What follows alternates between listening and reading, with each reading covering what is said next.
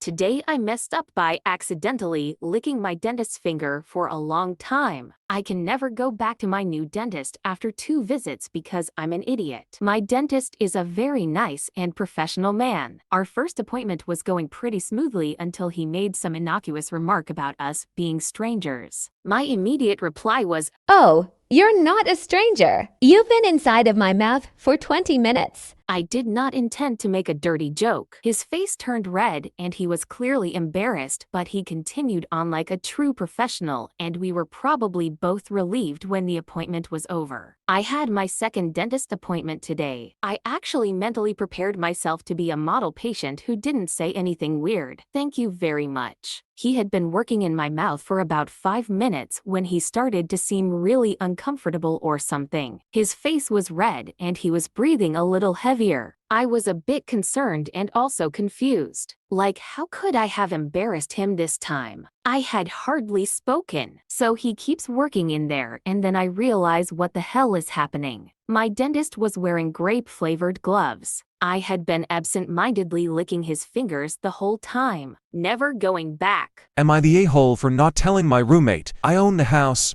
Brief backstory. About a year ago, my last remaining grandparent passed away and my father inherited all assets, including a house. I had been saving for a nice down payment, at least 50%, so I could have a lower mortgage payment each month, thus allowing me to save money for travel. When my father inherited this house, which he had no interest in moving into yet, he offered to sell it to me for slightly below market rate, with the caveat that he and my stepmother could eventually move into the basement apartment. I agreed, because they're both incredible people who are not at all invasive and would give me my privacy if they lived there, so I paid a 60% down payment, financed the rest, and moved in. Present day. About 6 months ago, I started considering renting out the finished basement apartment. It has 2 bedrooms, 1 bathroom, a living room, and a small kitchenette, sink, fridge, microwave, but no oven. A friend of mine said his brother was moving to my city and needed a place. He's a brand new teacher and doesn't make great money, so he needed a place that wasn't expensive. I offered to let him rent my basement for way less than market rate $650, which would include utilities. He readily accepted and signed a year-long lease. Well, a few days ago, he asked if he could start paying the landlord directly instead of giving me rent money each month. I was under the impression my friend had told him I own the house, so I was confused and I told him we don't have a landlord and that I'm the owner. He got very upset and screamed at me for lying for over 6 months and taking advantage of him by making him pay so much in rent. For the record, an apartment similar to the one in my house would be well over twice what he's paying me, closer to 3 times for something as nice. He asked how much of my mortgage he's covering, and I said, why does that matter? You're getting a nice quiet place to live, access to a full kitchen and laundry room, and you're paying an amount that you can afford. My personal finances aren't really a factor here. He stormed out of the room and slammed the basement door. He's still not speaking to me. I asked a few other friends and some family members, and most said I'm wrong for having him cover my mortgage payments. Only a few say I'm in the right. So am I the a-hole for having my roommate cover $650 of my $775 month mortgage?